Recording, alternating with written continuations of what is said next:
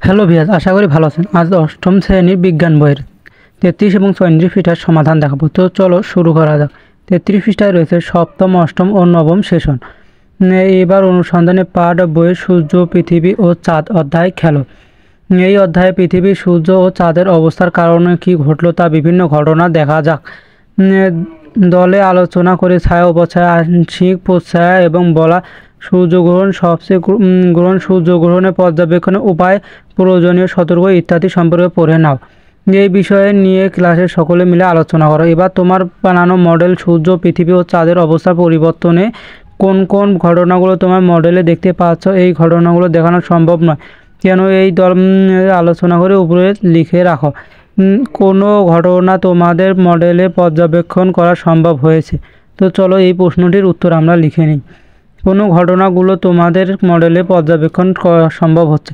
পূর্ণগ্রাস সূর্যগ্রহণের ফলে আমাদের মডেলে পর্যবেক্ষণ সম্ভব হচ্ছে না, কারণ সূর্যগ্রহণ সময়ে সূর্য, চাঁদ ও পৃথিবী একই সরলরেখায় থাকে, ফলে চাঁদের উপছায়া প্রচ্ছায়া পৃথিবীর সূর্যের পৃষ্ঠে পড়ে। তো এইভাবে আমরা এই ছকটির উত্তর লিখতে পারবো। তো দ্বিতীয় নম্বরে রয়েছে উপরের ঘটনাগুলো কেন তোমার মডেলে পর্যবেক্ষণ করা হচ্ছে। তো চলো উত্তরটা দেখে নেওয়া থাক। উপরে ঘটনাগুলো কেন পর্যবেক্ষণ করা হচ্ছে, এটা প্রশ্ন, আর নিচেরটা উত্তর।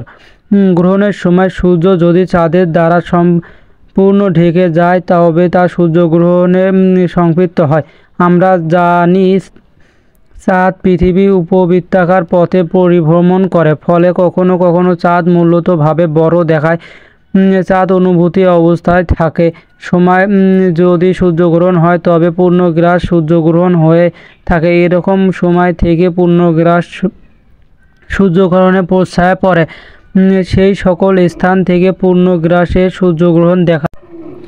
তো তারপরে যায় আমাদের তৈরিকৃত মডেলে চাঁদ, সূর্য এবং পৃথিবীর আকার প্রায় একই রকম হয়ে গিয়েছিল, এর মাঝামাঝি দূরত্বটাকেও ঠিক ছিল না, আর তাই পূর্ণগ্রাসে সূর্যগ্রহণের ঘটনাও আমাদের মডেলে পর্যবেক্ষণ করা সম্ভব হচ্ছে না। তো এইভাবে আমরা এই প্রশ্ন দুটোর উত্তরটি বের করতে পারবো।